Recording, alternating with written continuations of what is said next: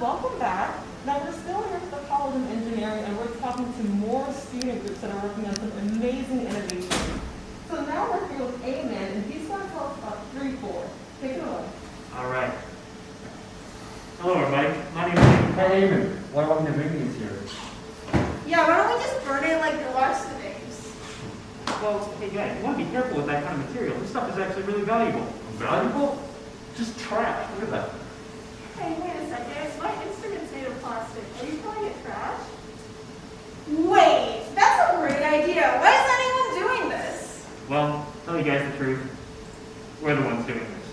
My name is Amen Carmen. I'm a junior in material science engineering, and I'm the student president of the Reform program. I'm Matthew Hines. I'm a junior in industrial engineering and I'm a treasurer of the Reform program. My name is Haley Schultz. I'm a junior in material science and engineering, and I'm the lab coordinator of the Reform program. My name is Alex Thayer. I'm a junior in material science and engineering, and I'm the head of the recycling and filament extrusion team here as well. I'm Abby Friday. I'm a junior in music education, and I won the Dash Innovation Contest for composition. All right. So, what are we trying to do here with Reform? Well, our goal is to turn plastic waste consumables like this into musical instruments and instrument parts. And we want to do that through the lens of technology like extrusion and other polymer processing techniques, and combine that with 3D printing.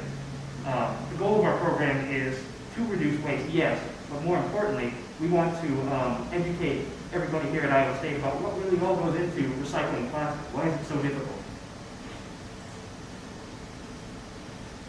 We chose to use music because everyone loves music, and also it's a great way to get the community involved.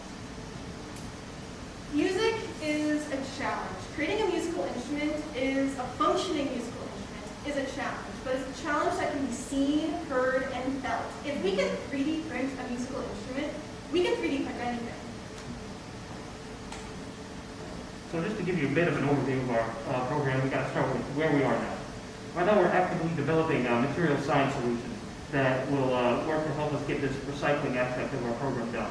We're going to talk to you about that in detail later. We're tirelessly networking with other departments and with the Architecture CCL Lab, where we're relentlessly learning about professional skills and polymer processing, and we're fiercely resourcing money, people, time, and places. Now, through the investment of time of our members and through the investment of our sponsors, we want to grow this program into, we want to acquire more resources and et cetera, start actually doing what we want to do, which is to evangelize recycling and really get the word out on, what all goes into this process. And through that, we want to build sort of flagship technology where we can just drop a plastic bottle in to a machine, and then that will come out as a printed object, an instrument program. Now, just to show off with what we've done so far, Abby Framo is going to play a little bit of something on a 3D printed ocarina.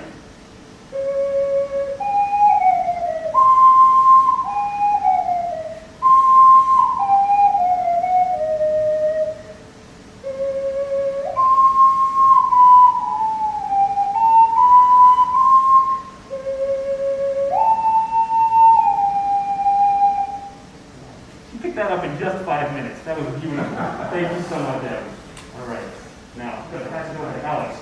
He's going to be talking about our technical process. Yeah, so let me walk you through, as Eamon said, our technical processes. It's a really cool idea of just turning recycled plastic into a 3D printed instrument like this. But I'm going to do some of the steps that actually go into it. So first, our first challenge is the collection. We need to establish an infrastructure here on the Iowa State campus and the Ames community, and hopefully beyond that as we scale up, to actually bring in and collect a volume of plastic that we can use to make many 3D printing instruments like this. Next, we have to go through a sorting process for them. So, if you look at just a simple plastic water bottle like this, there's actually over 7 different kinds of plastic that can be involved in just this one water bottle. And the thing about these different kinds of plastic is they are not compatible with one another in terms of printing and creating filament to print with. So, we need to establish a system that we can effectively and efficiently sort this plastic into its respective identities. Next, we need to clean this plastic. We need to get rid of any impurities that might present a challenge to the actual creation of the filament. So, then we need to establish a way that we can do this efficiently. What's a process that we can do this effectively and efficiently, as I said? So the next step is our grinding. So once we have this clean plastic waste, we need to grind it up into small, little pellets. Kind of like this. And the reason we need to do this is a couple steps down the line. When we put our plastic waste into a filament extrusion system, it needs to go through without jamming it. So it needs to be these small particles. And additionally, we need to make sure that these small particles are pure. Once again, removing any of those impurities.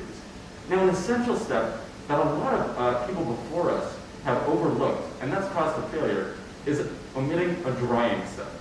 So, the reason we need to dry is certain plastics, like PLA, polylactic acid, like what this is made of, actually adhere to moisture very well, and when that moisture is heated up with the plastic, there can be a chemical reaction that occurs that weakens and degrades the plastic, making it unable to be used. So, we need to figure out how long and what temperature we need to do this at so we can effectively repeat each process. So the next challenge we have is the actual extrusion of the filament itself.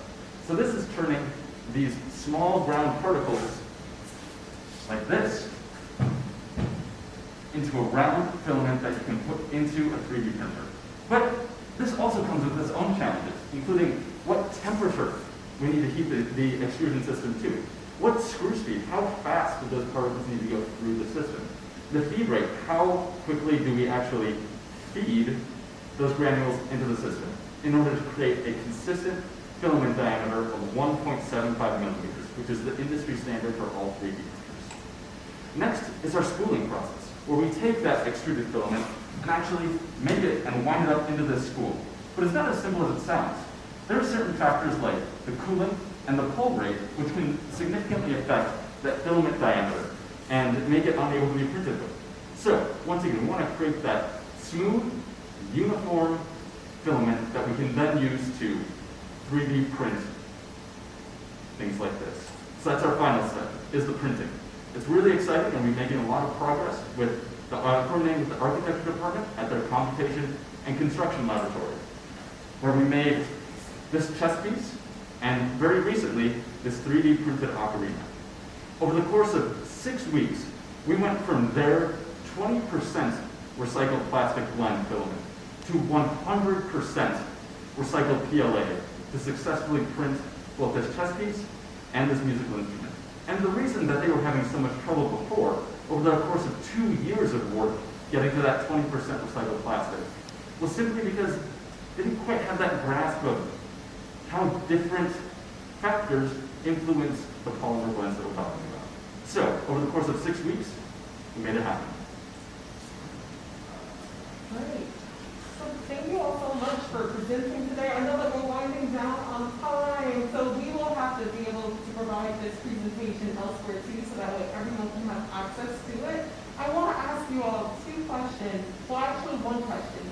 Give me 2 words to describe the collaboration and your collaborative style with one another. I know you all are some dynamic innovators, unique skill sets. So how would you describe the collaborative effort that resulted in today's presentation and all of these amazing innovations? One word that comes to me immediately is explosive.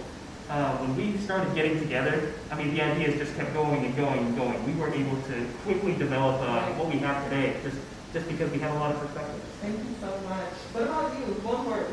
It's been a lot of fun. I think at this part it's fun. We've had fun throughout the whole process, and we're going to keep having fun and creating new ideas. Great. Thank you all so much today for your time today. I can't wait to see how this project goes out into the world. Thank you for creating here at Iowa State University. We'll be back with more student presentations from the College of Engineering in a few moments. See you soon.